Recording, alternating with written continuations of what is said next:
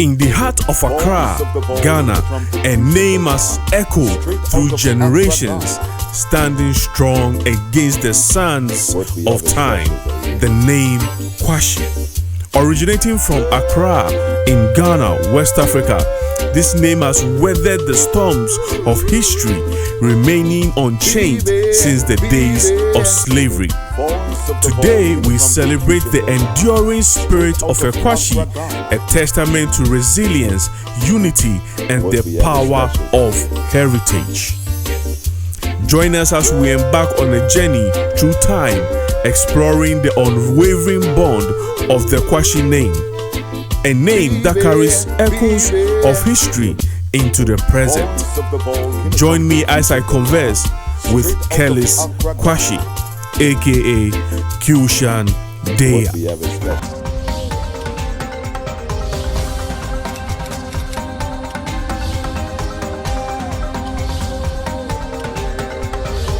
Africa Unboxed. Kushan Deya. Deya. Yes, I like the name. Thank you, man. How do you know about the name? The name comes from Q Kwashi, which is my last name. I was born Kellis Calvert Kwashi, and I took the Q from my last name, breaking all the grammatical rules in English where U is followed by a Q, and take the suffix of the word nation, the T-I-O-N, considering myself representing all nation.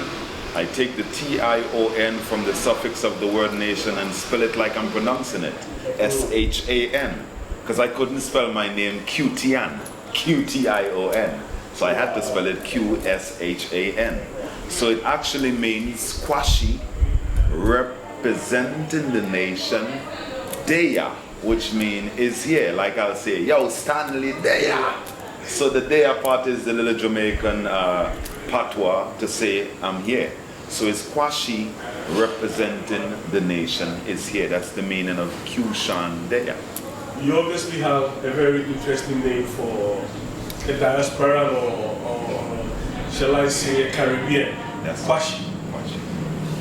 We'll get to that later. But before that, can you tell us a bit about your growing up, where you grew up and stuff like that? Yeah, well, I was born in a small little island that is 3 square miles south of St. Vincent and the Grenadines. So I'm in the Grenadines of St. Vincent. It's a very, very minute island. There's no form of major vegetation. We have coconut trees, we have the pawpaw, we have the sweet sap, or the sour sap as they may call it. We also have contumely with the dasheen leaf. They'll call it the dasheen leaf in the Caribbean. Okay. You know, so I grew up with humbly beginnings in a musical family. A lot of my relatives sing. They may not get an opportunity to have a extensive career in music, but they sang a lot in the church. I have an auntie that everything she does, she sings. So from the tender age of 9, I wrote my first song in that little island where I embraced the Easter festivities that it's been kept every year. So I was one of the first youngsters to be on stage from 9-year-old, touching the microphone. At that time I wanted to become like as they will say, a sing-jay. Yeah. Like a bourgeois or a beanie man, you know. Yeah. But they call it toasting at that time. Toast. Yeah, so you were known as a toaster. Yeah. You know, and my younger brother, he was known as the singer. So at the time they used to call us Major Q and Muffy Q. I was the major and he was the Muffy. You know. So yeah, so then I started singing in the choir in the churches, and then from that foundation I never had music as something that I wanted to do for the rest of my life, but my first instrument was the steel pan. Oh yeah? Yeah, the steel pan. Yeah, the steel pan was my first instrument. Yeah, and also second was the recorder, that flute-like. Yeah, so music has been one of my, hobby growing up as a young kid, and also a natural talent that, like I told you, my family's into music on my mother's side. On my father's side, they never went into having a career. But on my mother's side, sister's son made a name in Italy as a reggae star at the time. So reggae has always been one of my best genre that I connect with, even though I was born in a calypso environment, which is closer to the high life music in Ghana. Your child seems to be very interesting. Yeah, were they tough times? A lot of tough times. Like I say, I grew up in humble beginnings, so you have to wake up in the morning like 4, 5 and go milk the cow to get the milk to take home for your parents to make tea or porridge before you leave to go to school. And sometime you go milk the cow and then you have to go back to get the sticks or the wood to make the fire. And then, after that you have to rush on your way to school. The island is small, so everybody's on their foot most of the time. Wow. How big is it? 3 square miles. There's not even 5,000 people living there up to this day. Really? It is not even 5,000 people. 3 square miles. Yeah, it may be 3.5 now because they did a little land reclamation in order to bring the airport for the airport strip. I saw the strip. Very small. Yeah, so and bathing in the beach. That's like our only hobby, to go to the beaches or go play basketball. Oh, really? Or athletics, Yep. Is it a place where a lot of tourists like? A lot of tourists like that place because we have crystal clear water that you can throw coin in the water and see goes in the bottom. Wow. Yeah. And this is the island that housed the first African American to get his master license to steer a ship. His name was Hugh Mulzac. Distant relative also. Wow. And he was also deputy captain of the Black Star liner for the Marcus Garvey. Oh, wow. Yeah, and he was from Union Island. He's a national hero. And in our little island, we grew up when there's times where there's dry weather because we have no form of water coming out of any big springs. Yeah. Our springs are well water, which is hard water. It don't lather. So we get a lot of our water when we run out of water from the mainland St. Vincent and from the sky. So I grew up drinking sky juice until maybe the age 16 when I went to St. Vincent, the mainland, after finishing high school, secondary school in the little island. I went up to the main island, St. Vincent, King's Town, which housed the first king from Nigeria or from Africa. He's the first king that ever came to the Caribbean in refuge and settled in St. Vincent. He came there for refuge? King Jaja. There's a big history about him. King Jaja came to St. Vincent. He was fleeing from the British who was trying to take over, to dethrone him. And he made his way safely to St. Vincent. And then he settled there for many years until it was okay for him to go back to his throne in Nigeria, where he was restored. Wow. And we end up calling our city King's Town. So the uniqueness between St. Vincent and Jamaica is Kingston, St. Vincent is King's Town. So it's a W that separates us. And there's 6 letters in our dialect that separates us from speaking as Jamaican. Yes, 6 letters in our dialect that separates us from our patois being identically like the Jamaican patois. So what are those things? Well, I will say, we know A is an African expression. We use that a lot in our culture. Yeah. The Jamaican only use A in there. Like, for example, let me see if I can get a comparison. Like, in our island, we'll be like, "What's up?" How you doing? Jamaican will say, "Wagwan."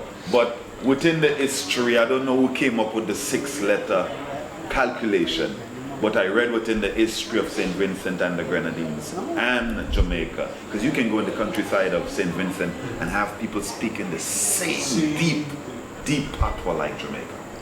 Wow. Yeah. So there's a lot of similarities, Okay, so I want to ask, you being here, what are some of the similarities you've seen in the Caribbeans and say in Ghana? Yeah, well, with the high life music, it sounds like ex-tempo.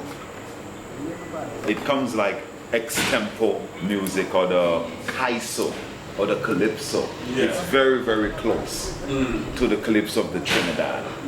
You know, and even the ex-tempo in my island where they sing social commentary and they have competitions every year called the ex-tempo kaiso competition. So the high life music really reminds me a lot of that. And also even, I mean, African culture is so much alike. I mean, we eat some of the same foods, but some of the foods may be called different names in Ghana. I see a lot of fruits that is similar but called different names. Yeah. Like, for example, I don't know if I'm calling this one, like the jackfruit, you know, or the, I think you guys have breadfruit here also. The plantain, the green banana, also the soursop. Yeah. We have a lot of similar, we have one called the sugar apple, but it may be called a different name here. The one that has it has a shell looking kind of. I'm not sure. Yeah, Is a it spider cashew? looking shell. No, it has a black seed inside of it. It's white inside, and you have to put it to ripe.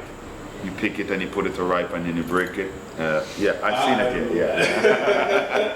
Yeah, so there's a lot of fruits that I see that is similar to the Caribbean, but have a different name in Ghana, you know. But the culture or culture? The culture is very similar in the sense of music, how the people speak to each other, how they gesture to each other reminds me of the Caribbean a lot. And the hospitality of Ghana.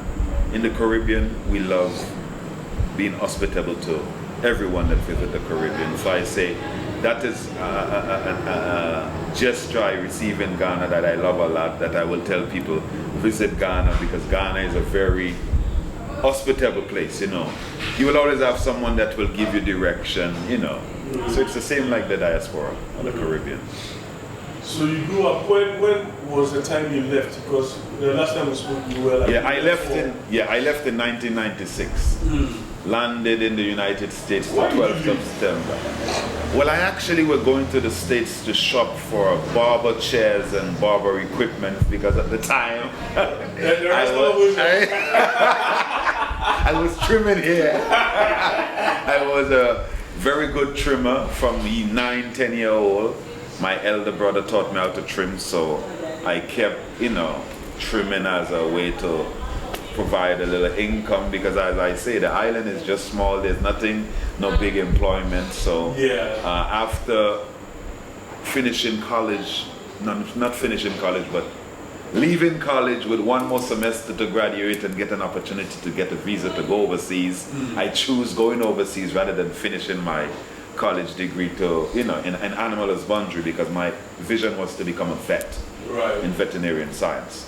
So went into New York for maybe a 2 weeks vacation. After there for 2 weeks, I felt like, why am I going to go back to the Caribbean and I could have a better life here? So I stayed there, and a few years after I got naturalized and been living in America from 1996, I visited the Caribbean in 2004 and spent some years to and from, because at the time I had children in the Caribbean, in another Caribbean island called St. Lucia. So I was there for some years, and then to Jamaica with my music career, and I kept America, Caribbean, Jamaica, back to America, and always out within my thought, hey, I need to find my history because I have a very rare name, Kwashi. Yeah, but before we get to that, how was being in America like? How did America treat you? Oh, I will say America is, I will say, a beautiful place with beautiful people, and also a very dangerous place with dangerous people. So there's pros and cons. There were good times and there were bad times. So for you to survive in a place like New York, without no scratches on your skin. You have to be living a good life. I mean, free from peer pressure, and I never had no peer pressure. From the time I set foot in America, I was already into working, doing construction. So I must say, it's a big Caribbean community there.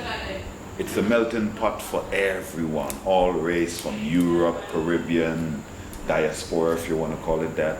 And while I was there, I felt like I was still in the Caribbean, but I had more access to more material stuff. Right. And America taught me to appreciate my history, because there were times when I undergo brutal treatment by people in authority, all because of the color of my skin. So you realize that it is not as friendly as what we see on the television. Can you share that experience? Well, I mean, for example, I'm an Uber driver. Because you are considered as someone that makes money, because you can make, for example, $500 US per day driving Uber. Hence, you're a target to every precinct in America, because these officers don't even make $300 US a day. And for you, who's just a mere driver who drive around, pick people up, you don't even have to touch the people. They just book you with the app, just like it is here in Ghana, with the Bolt, the Yango, and so forth. So after being a driver, you're going to find, because I'm Rastafarian, and at those times, marijuana was not even legal. But from the time they see me, they see a ganja tree. So the stigmatization of Africans or Caribbean nationals like myself, they predominantly think I'm Jamaican. So when they pull me over, they come with that vengeance too. And some of these police officers are black Americans who do not like Caribbean. So there's a big challenge between black people in the West. There's certain black Americans who we all went on the transatlantic slave trade. They probably went on a different ship, and they themselves don't consider themselves Africans, or don't see us as equal or as their relatives. Well, so whenever they meet... How do you think about, like, how do you feel about that? Because I feel because there is misinformation. I mean, there's a lot of history that has not been passed on, even in the syllabus, while we are in our tertiary education stage, to better edify us that, hey, we have brothers and sisters in the Caribbean. We need to connect with them. The Americans, they've never been taught that. So they don't have anything within their syllabus that connects them with the Caribbean heroes, the Caribbean... Even Africa. Or Africa. Even in the Caribbean, we never had nothing in the social study or the curriculum syllabus that will tell us about Nani from Ghana, or Marcus Garvey, or Osajifo, Honorable Nkrumah, or no one. They will never, Mandela, you know what I'm saying? So you find that most of our history was tainted. So even in the US, I realized after I've been there, there were even a guy who wanted to attack me, almost took my life. Why? Because he have the same vengeance of Caribbean blacks and not the same as American blacks. Wow. And most American blacks are in a gang. Yeah. And if they cannot get to infiltrate you to be part of their, they try to see how other way they can hurt you. So yes, I've got a big stab in my back from a guy who's envious of me for whatever reason. He said he wants to sing and he can't sing, and I'm not teaching him to sing. So he has to stab you? He stabbed me, and I grabbed the knife, almost lost all my fingers. They say I will never be able to do this ever in my life again, and you can see. So even, for example, back to the Uber situation, New York City is full of a lot of racist cops, and they will pull you over for nothing, and they will accuse you of speeding when you're not speeding, and you have no proof if you don't have a dash cam set up in your car to defend. So most of the time they tell you, oh, we'll give you a citation, and you just go online and pay for it. You don't have to click. You just click the box that says guilty and pay and go your way. Or you can go to court, get a lawyer, which is extra money. So most people like myself, we just pay our way and go our way. Hence, there were not all cops that pulled me over did that. Some will pull me over till you get out of your car, tell the passenger, get another ride, and dig up the car to see if there's any drugs carrying, which I don't deal with drugs, but anyway. Then they will put handcuffs on you for their protection. This is what they'll tell you. For my protection, I'll have to cuff you. So they'll cuff you, humiliate you. Create a traffic. Then put shackles on your feet. So the one time the shackles came on my feet, my brother, I'm not lying, my blood run cold. It's like I felt the spirit of my ancestors and what they've been through. Because I never know how it feels to have shackles on my feet. And after that happened, I said to myself, you know what? I remember the officer asking me, pronounce your name. And I'm like, Kwashi. He's like, you don't even have an African-American name. It's not a typical African-American name. You're very far from home. And I'm like, what do you mean far from home? This is where I've been living since 1996. He said, no, this is not your home. And I think around the time it was when Africa broke ties with the US. So that also affects a lot of us Africans in the West. Because now they see us as like, we don't like them. Yeah.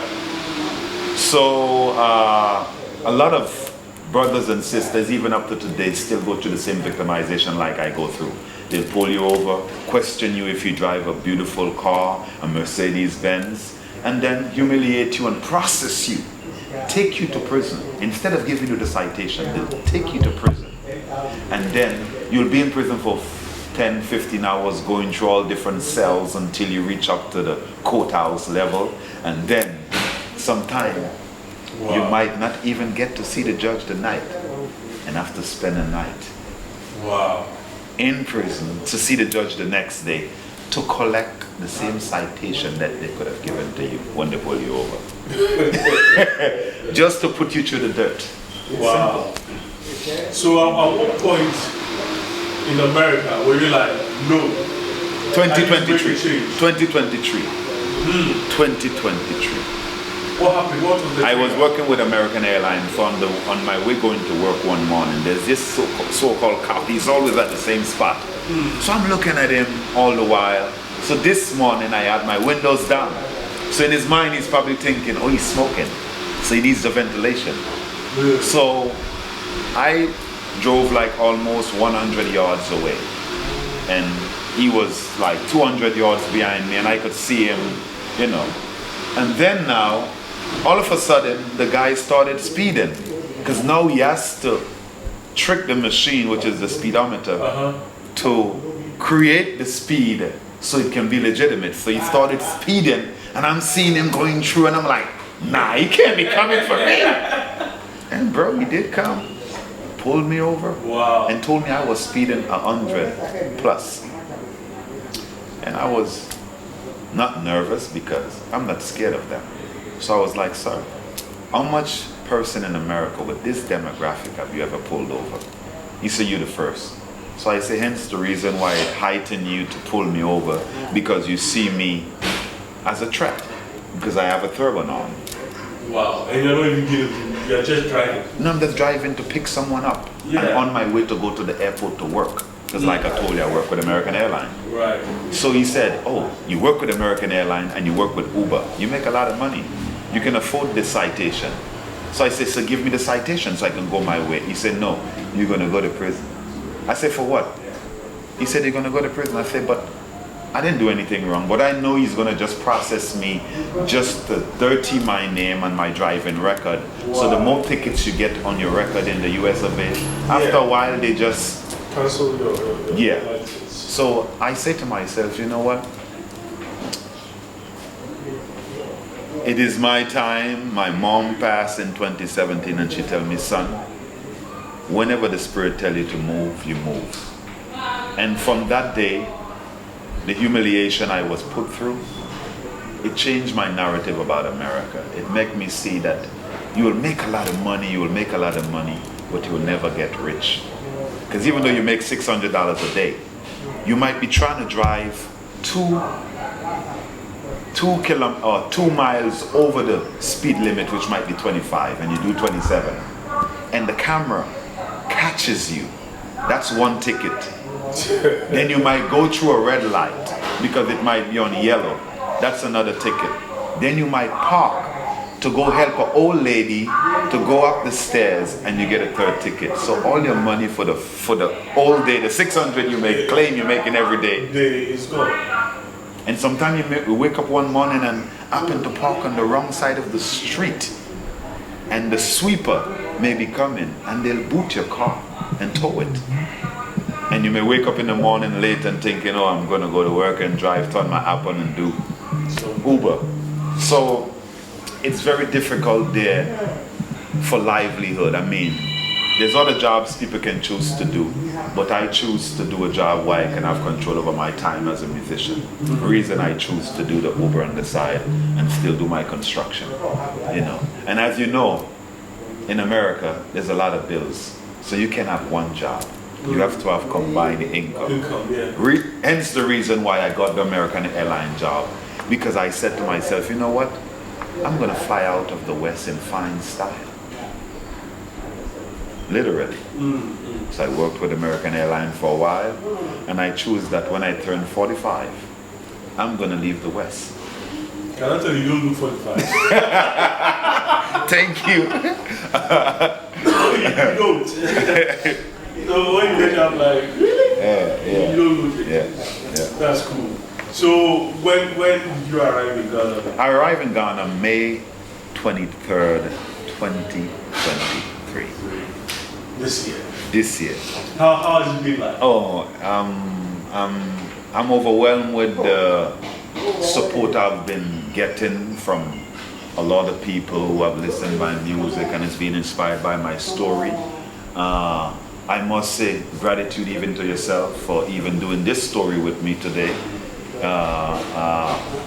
I've connected with some of the major musicians locally, like the Amanzeba and those icons who are guiding me in the right direction.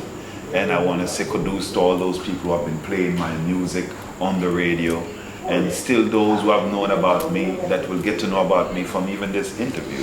So I say my stay here in Ghana is bountiful and blissful and enjoyable. So I must say thanks to everyone who have made it good so far. I've had some little small bad experiences, but nothing major. Nothing major to say. Yes, we had one today.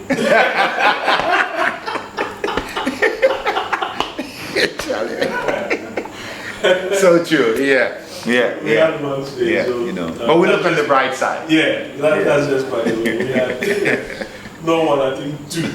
Two. Prior to recording this, it's been crazy. Yeah, but thanks to Tatali for hosting Always. us. Tatale is I will say my headquarters when I'm in Osu. Right. I always support Tatale. I came here and ate their food for the first time, and it was just exactly what I imagined. Yeah.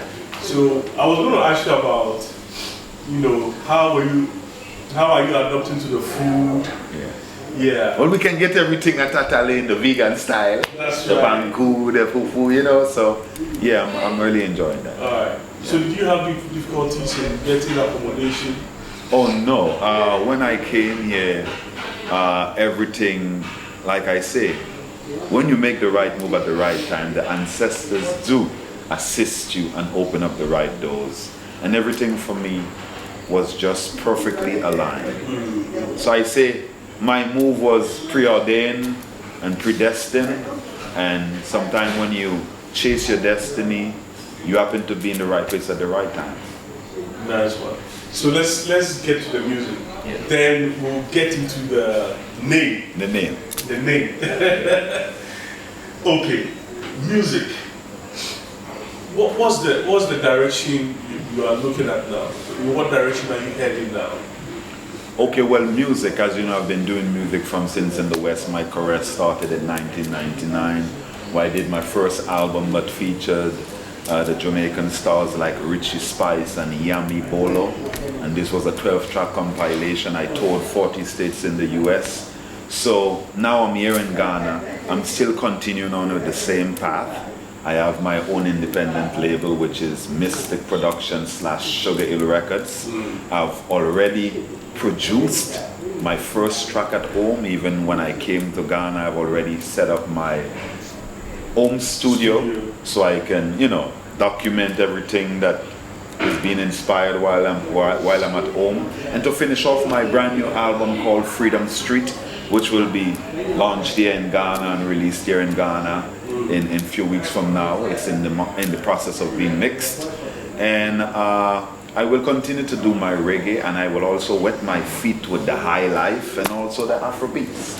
I'm not limiting myself. I'm embracing all that there is that Ghana has to offer and Africa has to offer culturally. Nice. So, guys, I listened to some of his tracks on his YouTube. Unfortunately, he doesn't have too much on there. Yeah. Annihilation was recorded in London in 2020 when I was stuck there during the COVID period. On my way to come here to do a show for the first time at Takoradi. Oh. Unfortunately, that never happened. COVID messed a lot of stuff up.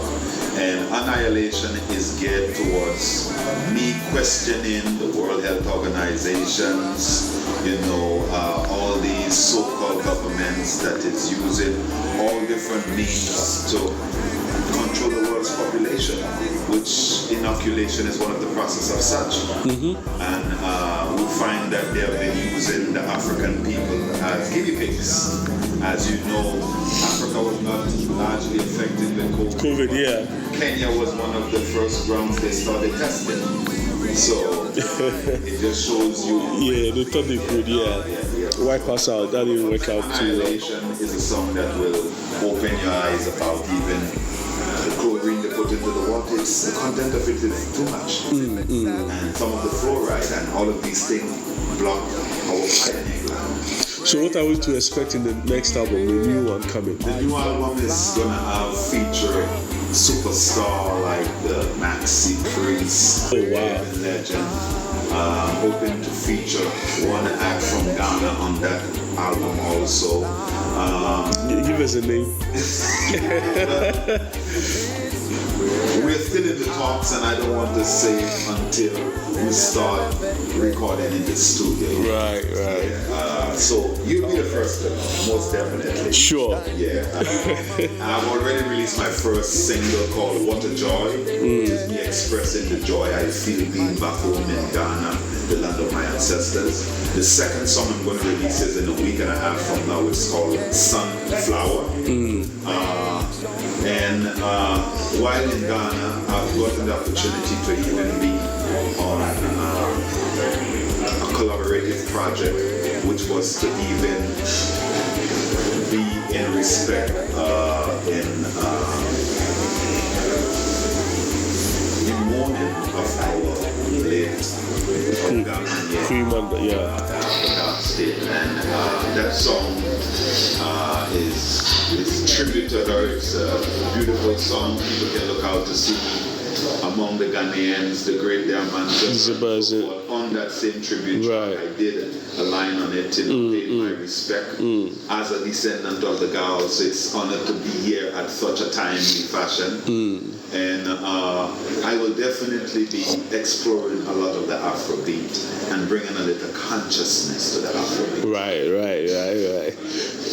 I remember in our first conversation you mentioned Kevin Little. Yes.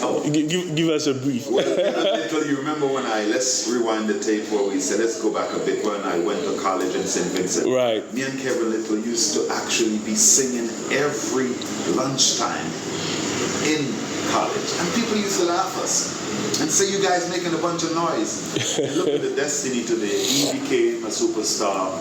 I migrated to the States and went on to reggae and released my music and, still scratching the surface of reggae, so to speak. So Kevin Little is a very close friend to me, personal friend to me. And yes, he opened a lot of doors and even bridged the gap within the region. People who never knew about St. Vincent as a musical empire. Right. He helped to took us to that level. So I say, kudos. Is this guy also from the Red Rat? No, Red Rat is from Jamaica. He's from Jamaica. Oh, okay. Yeah. All right. Interesting. Wow. Okay, let's get back to the name. Kwashi. Iyodiba. And that's an undeniable Ghana name. Okay, so we know that a lot of our brothers that left lost their identity. How was your lineage able to maintain this name? My grandfather's name was Aman Emmanuel Kwashi. My father's name today is still James Emmanuel Kwashi, like you have the Jamestown. Wow. And while we were in the transatlantic slave trade, my family was more known for watching the land for the queen, because we were the warriors. So even in the Jamaican history, in Jamaica, I must mention this, Kwashi is looked at as a fool. A royal name is looked at as a fool because, like I say, one time they were trying to capture one of the Jamaican heroes who was responsible for killing most of the slave master. So they put a ransom out to catch this guy. I think his name was Jack, Mr. Three Finger Jack. Three Finger Jack is his name. And the only man who could have captured him was the 7-foot giant, Kwashi. And because Kwashi captured him, they looked at Kwashi as a sellout and called the name Kwashi fool. So I'm just showing you, in the Caribbean, I've been through a lot of challenges when I meet Jamaicans and different people that try to tarnish my real history and my real legacy and my royalty by saying, you're a fool. And I went to Jamaica in 2011 to participate in a national singing competition called the Festival, which Bush Banton did when he came out of prison. Yeah, that same very competition, yeah. JCDC. I went into that competition for the reason to create history with my name.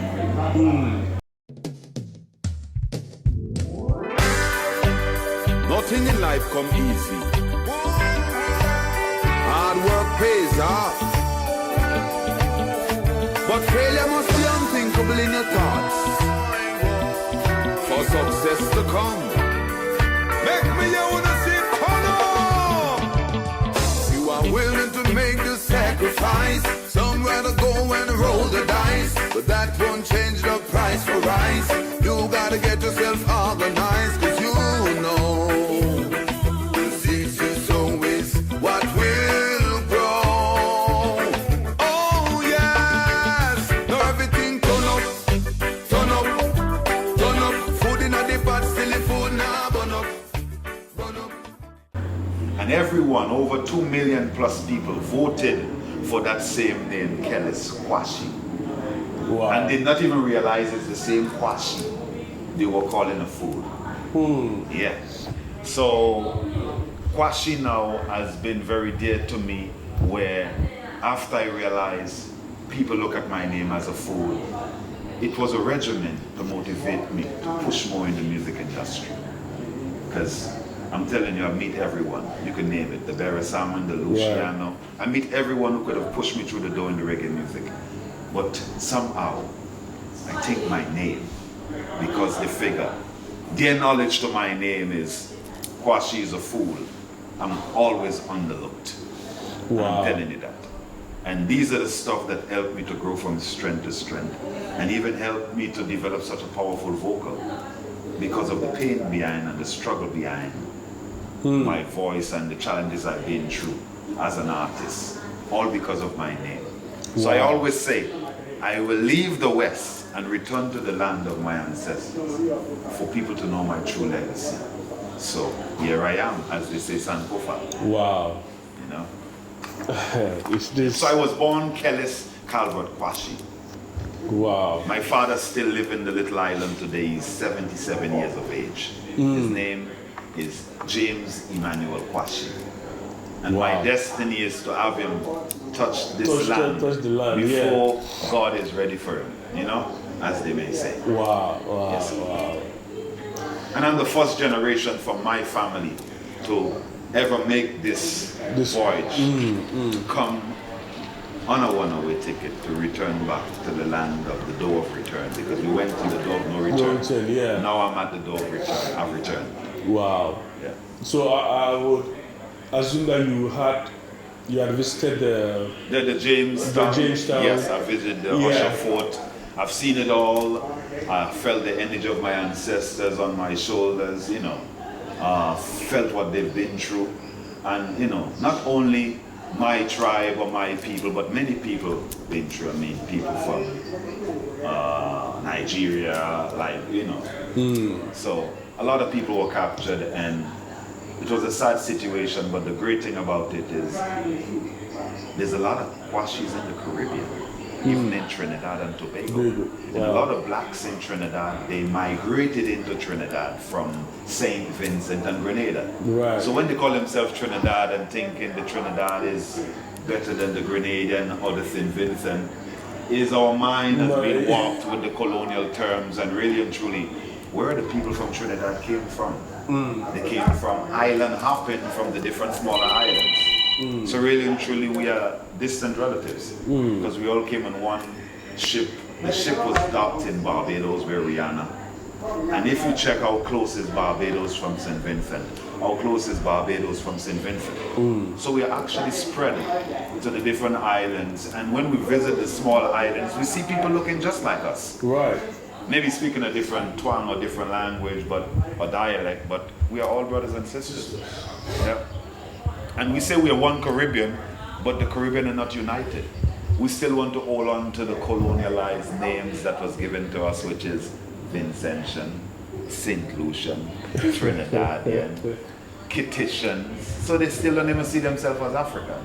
Wow. So I say I'm glad that I've made this move to really find my true roots and culture, to be a regimen to bridge the gap between the African people and the people from the Caribbean or the diaspora. With all this being said, how do you feel about young Africans trying to go to the West? Repeat that again. How do you feel about young Africans trying to go to the West? Oh, I must let them know, not everything that glitters is gold. Not everything on the other side of the fence that it may look green, it's really green. When you go there, like I say, Ghana is sweet and Ghana is nice. Because if you go to take a cab from Brooklyn to Queens, New York, you'll have to pay maybe $45 US, depending on the distance you're going, which is less than an hour ride. Right. In Ghana, you can get a cab from Osu to Bawe, which is like over our ride, for less. Less, wow. So why are people saying Ghana is hard? You understand what I'm saying? So when you look at life, whether you want to say, okay, $50 US, maybe 500 cedis, for example, you may go to the United States, leave Ghana to work. All right, and you may work for 150 US a day, which is like over almost 1,200 Ghana cedis a day. Then when you leave to go to work, you may park your bicycle or your car in the wrong area, and that 120 that you may think you're making today, it's gone. It's gone to the system. And you have no friends, no family, no fruit trees when you're hungry to say you can go pick and eat for free. So when you really check out the different conditions compared to the freedom you have in Ghana, I mean, Ghana is paradise. So I will say, educate yourself, finish your tertiary education and your college education, and let us rebuild Ghana and rebuild the continent. Instead of going to the West and taking your skill to the West. Imagine, for example, all the skilled people in the West Caribbean and diaspora leave that West and come move to Africa. Oh boy. This is what they don't want to happen. This is why they will take all the lions, all the deer, not the deers, all the kangaroos and all the different animals and take them over to the West. So people think, why am I going to Africa? And I can see animals. Everything in Africa I can see there in the West. You know, so I must say to people, don't get tricked by the narrative. I've been living in the West. And I'm 45. And I'm letting you know, there is nothing on the other side but stress, tribulations. If you love tribulations, visit the West. Yeah. Find out the definition of tribulation. It's no little word. And it's not even like back in the days when you can go to the States without visa and you could still get a small job on the side, and it's totally different. Different now. No one is going to risk to have you work for them. So a lot of Ghanaians saying, oh, I want to go to America. You go to America, you don't have visa to work. You think you go and your family say, oh, you can work with us. No, they will lock them up. Right. It is totally different than what it was yesterday. Like even when I went to America, I thought everything was 99 cents. You will go to a 99-cent store and see something for $20. And you want to know, so don't get fooled by the narrative. Dance a yard before you dance abroad. Clean the star out in your eyes first before you clean out the star in someone else's eye. Always remember, when you point like this, the finger is pointing back at you. So everything starts at home. Right. So instead of you leaving paradise to go to hell, think twice, because you can use what you have and make something out of it, rather than going to somewhere where you have an empty basket. One cocoa can fill a basket. Right. So if you have 5 cocoa, you'll turn your back because someone tells you, say, come to the other side, and they give you 30 cocos. And then you go over there and you realize it's not. It's not so. It's not so. So don't be fooled. I mean, it's good to go overseas to further your education and so forth, but you can do that in Africa. Africa had the first university there was in the earth. Right. So I mean, we have the higher education, but we think to ourselves. I mean, look how much white folks are coming to Ghana to do their postgraduate, for do their, their internship. Many people from Europe come here. I see them at Tatale all the while, eating food. And, they don't have a Ghanaian accent, so why are they doing here? They come here for educational purposes. Right. So why are we not going there for educational purposes and come back to build our country, build Africa? Wow. Interesting. Is Africa the future? Africa is the future. Africa, always remember, the dim past is the very future. If we look at life as a cycle, if it starts here, it will come back. Come back. Yeah. And we ought to know that in everything in the earth was created in an incubator. You can't create life in a freezer box. So why people are running to those places and to be facing, biting a gum, gnashing of teeth, like the Bible speaks of, cold weather. And after a while, they start getting arthritis. They're eating a bunch of GMO food. As you can see, the food now in the West, if you want to go in the West, it will no longer be GMO. It will be RNA, restricted nutrients. It will have seeds. Wow. Just like plants will have, but even the GMO food now has no seeds, but they will make new plants with seeds, but they will not be nutritious. So are you going to give up your freedom and the good food you can have in Ghana to go overseas and eat genetically modified foods that will not make you healthy but make you get weaker and weaker, that you will not even be able to live to see the money that you will work for to come back to Ghana to enjoy it? Wow. Kyusha, Yes, my what's this thing you've been holding? This is my lady, yo. This is my bestie. It is called the Melodica. It's equivalent to a keyboard. With a keyboard, you need electricity to play it. Right. With this, you need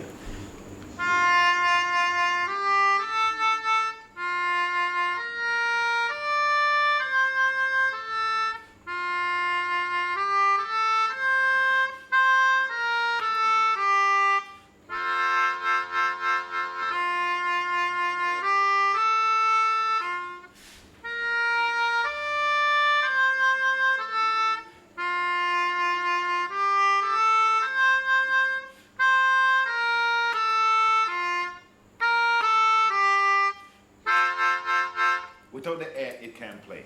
Wow. Like, look at it. Yeah. So you need to have Where is strong. the sound coming from? The song is coming from. Now you can do this. So you can also. So it's basically the air is being transmitted, and then you can play the keys. So it's something very good for me to help me with my cardiovascular, because I'm a singer, and this helps to exercise my lungs. Plus, it helps to show my versatility as an artist on stage. So I always fuse this with my performance. If you come to see Cushion there, you will see the melody. So how many instruments do you play?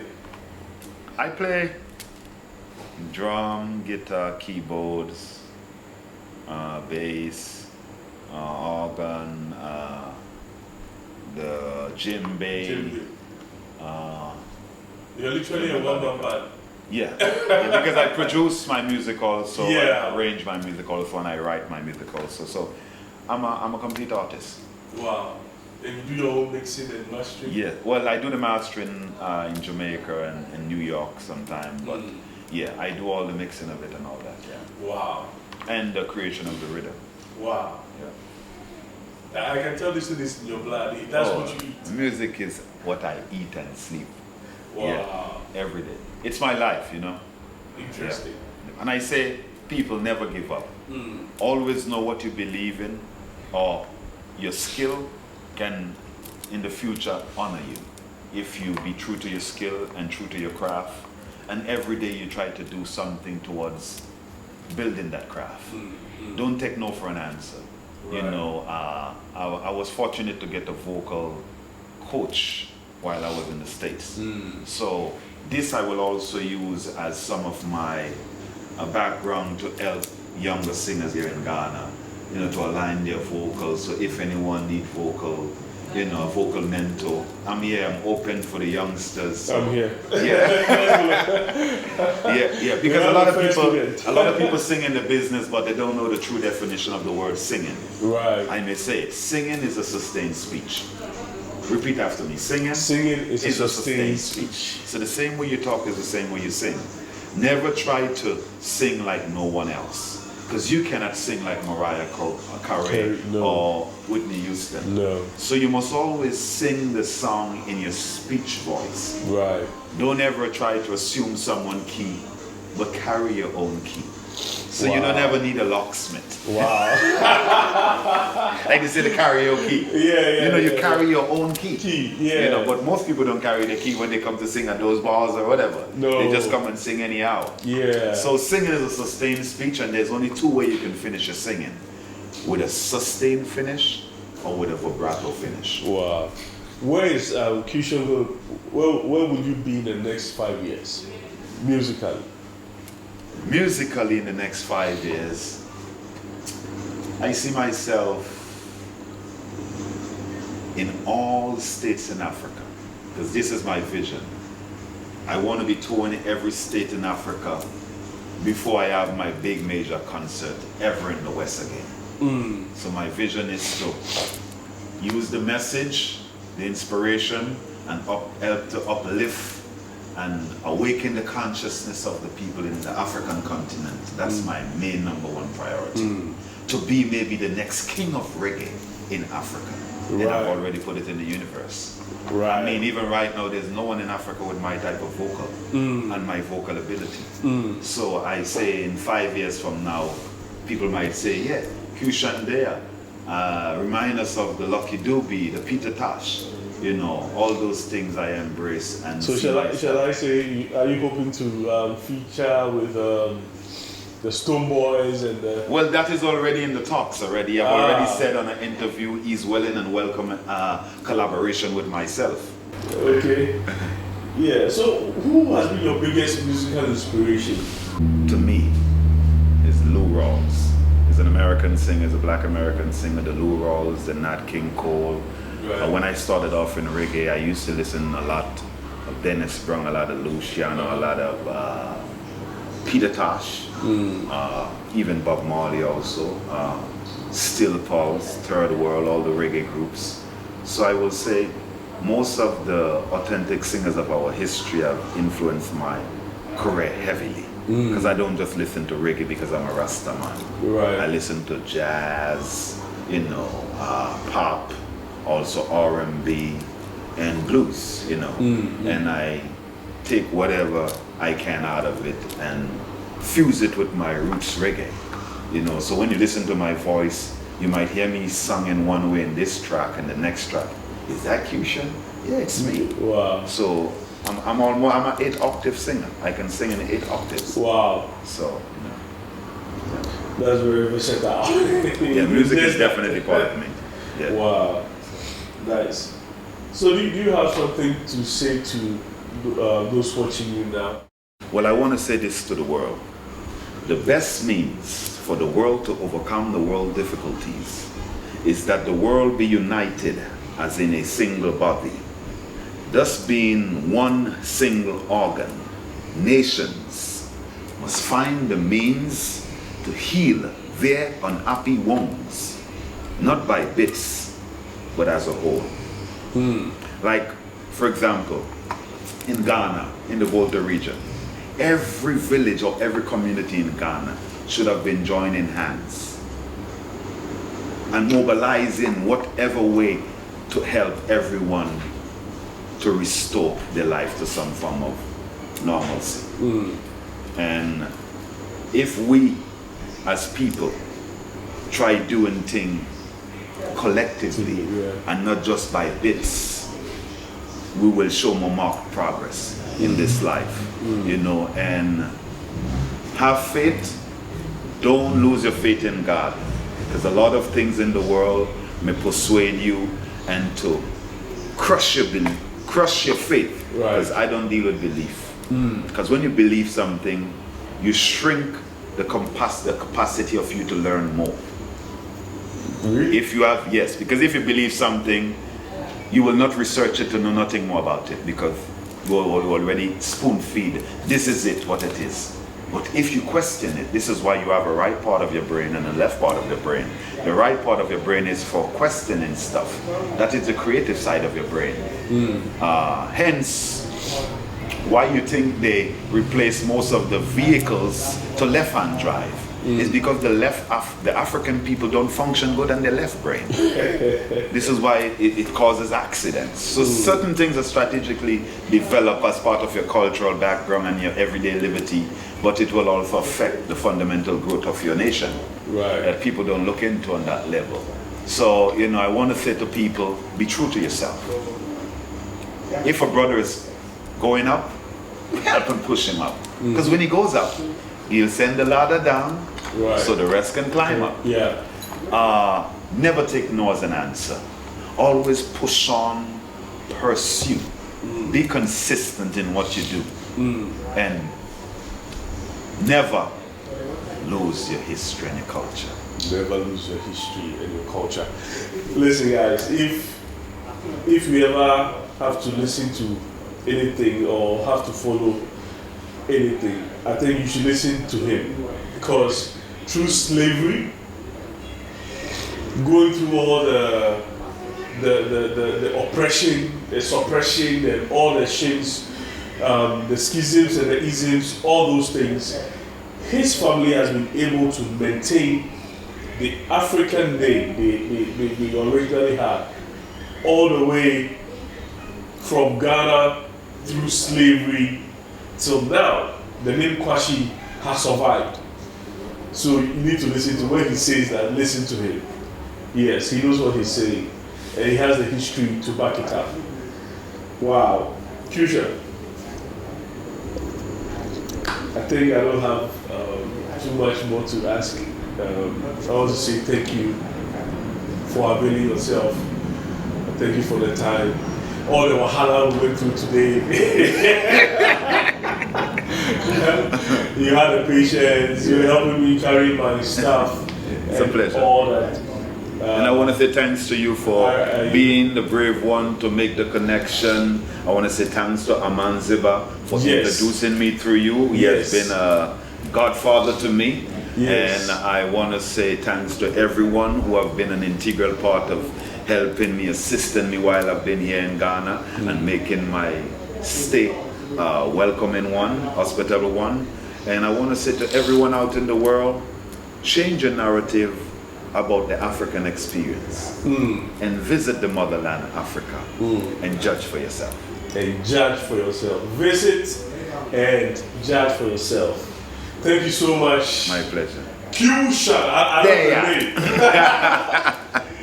Kusha. And remember, the Volta need help. The Volta need help. Their voices cry help. This one is heartfelt. The Volta need help. The Volta need help. Their voices cry help. This one is heartfelt. Me beg you treat the people proper in a Volta. Now tell me about no natural disaster. My people. Hey, Yes. It's already lit here. Nice, that's a nice one. Yes. I love it. Yes. Thank you so much. My pleasure, my brother. Join hands for everyone in the Volta region. Let us help them to get back their lives to normalcy, please. Thank you so much. Thank you guys. We'll meet another time. As they say, ayo adore. Oji wala do. Ayo adore.